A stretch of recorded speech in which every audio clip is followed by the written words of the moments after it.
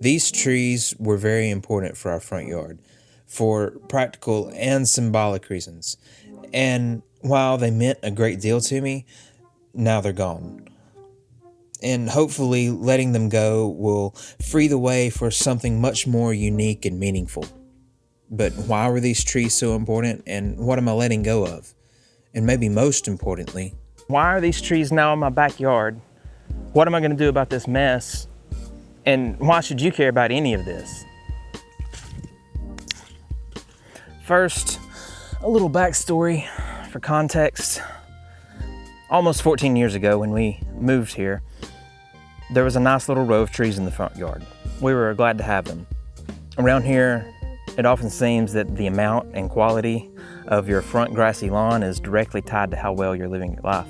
And trees are just something that you haven't found the time to cut down yet. And I thought our trees right out in the front were just a little bit of resistance to that. Now, I don't have anything against grass. It has its place and I actually enjoy mowing. But if you ask me, there's just way too much of it. You can call me a tree-hugging hippie if you want. You'd be right. But I would love to see yards move away from long grass only and incorporate more trees and native varieties of grasses and flowers. Now for the practical history, as the trees spread, they provided our house with some very nice shade. Our bedroom window faces the sunrise, and during the summer, it warms up in there very quickly. The trees grew into each other until at their biggest, the front of the house received very little direct sunlight. Obviously, this helped decrease our energy use and increase comfort. That was until the trimming. There were two big problems. The first is that whoever planted these trees didn't use a lot of foresight.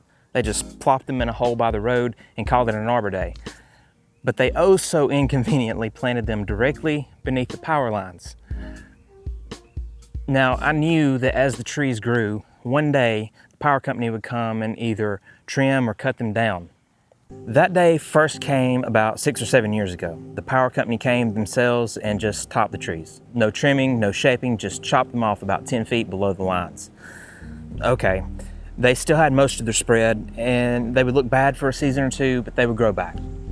Also, at the time, there was still a good stand of trees across the road that helped with the early morning shade. Within a few years, they were fuller than ever. The front yard was well shaded and we still had trees instead of an only grass lawn. It would all be fine. Except last year, just as they were starting to look tree-ish again, it was time for another trim. This time by professionals at least. When they were done, instead of last time's balding clowns, we had something tree-shaped. But they were tiny, less reach even than when we first moved here. They would take years to recover. The second big problem was this. These were Bradford pear trees. Now, depending on how familiar you are with landscaping and ecology, you either just shuddered or shrugged. For the unfamiliar, the Bradford pear is probably one of the worst invasive species to hit the shores of North America, somewhere between kudzu and Christopher Columbus. I had always heard complaints about Bradfords, mainly about the smell, but I never found it was as strong as some people, and anyway, it's only for a couple of weeks out of the year. In the years between the trimmings though, I had learned a good bit about invasives and native gardening and the general ecological relationship these things have. Before, I would see a field turn forest by Bradford pears and think, oh, awesome, more trees. But they aren't real trees. They're the remnants of a promise of a perfect tree. And anytime something promises a perfect solution, you're probably going to pay the price further down the road. Bradfords grow fast. That was their appeal.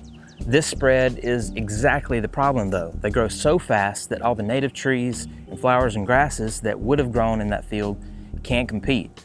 They get snuffed out. If you want more info on Bradford pears specifically and their problems, I would recommend a video by Justin the Trees that I'll link in the description. He and others do a great job of explaining the history and invasiveness of these trees. I'm no expert in any of this, but I do know enough now to know that the only proper way to trim a Bradford pear is horizontally at ground level. Between the grappling with the inevitability of regular pruning and the ethics of harboring these invasive fugitives, I had known for years what I needed to do. I didn't want to do it though. I told you, I'm a tree guy. And just like Toyota guys don't start driving Jeeps, and Star Trek guys don't start quoting Qui-Gon Jinn, tree guys don't start cutting trees. Eventually, I accepted the reality of what I had to do though, and the trees came down.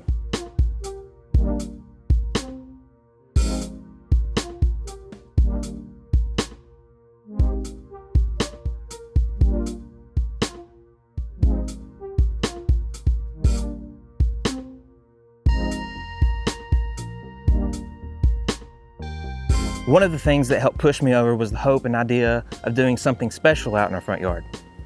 I have loved Japanese gardens since I first saw a picture of one in some textbook as a teenager.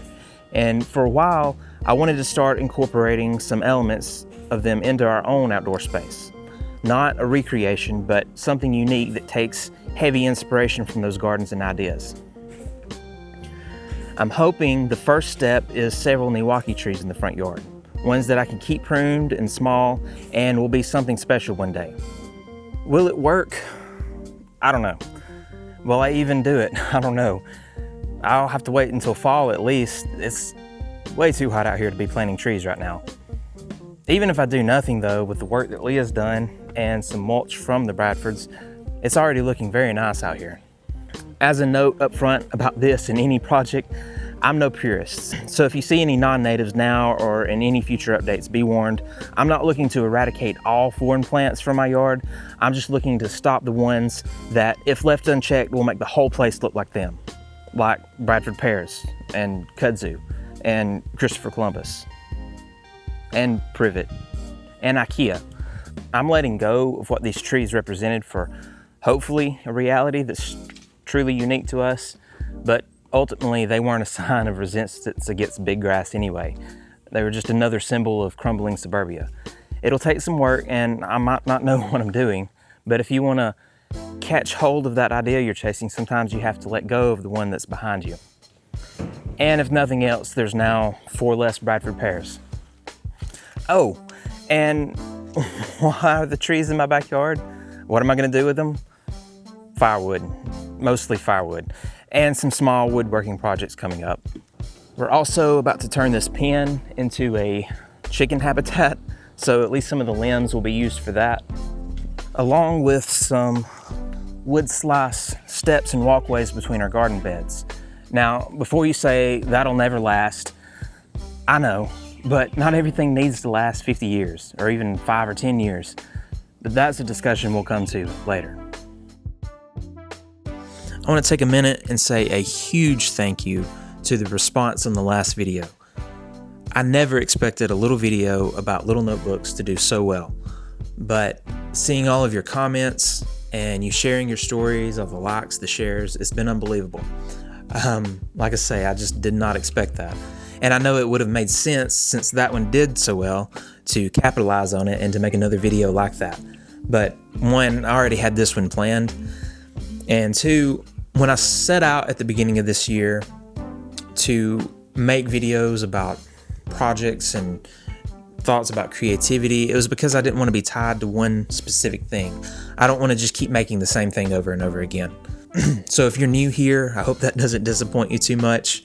There will be plenty more thoughts about creativity and other things and shenanigans to come. But the main thing is I'm just trying to make what's interesting to me, and hopefully that'll be interesting to you too. Maybe at least a little entertaining, and I'm hoping we can make a space to inspire each other to follow our curiosity more. In the meantime, I'm going to be trying to get these videos out every 2 weeks, maybe more, maybe less. I have a day job and family responsibilities and things, but that's my goal for now, and hopefully in the future I can get them out more often.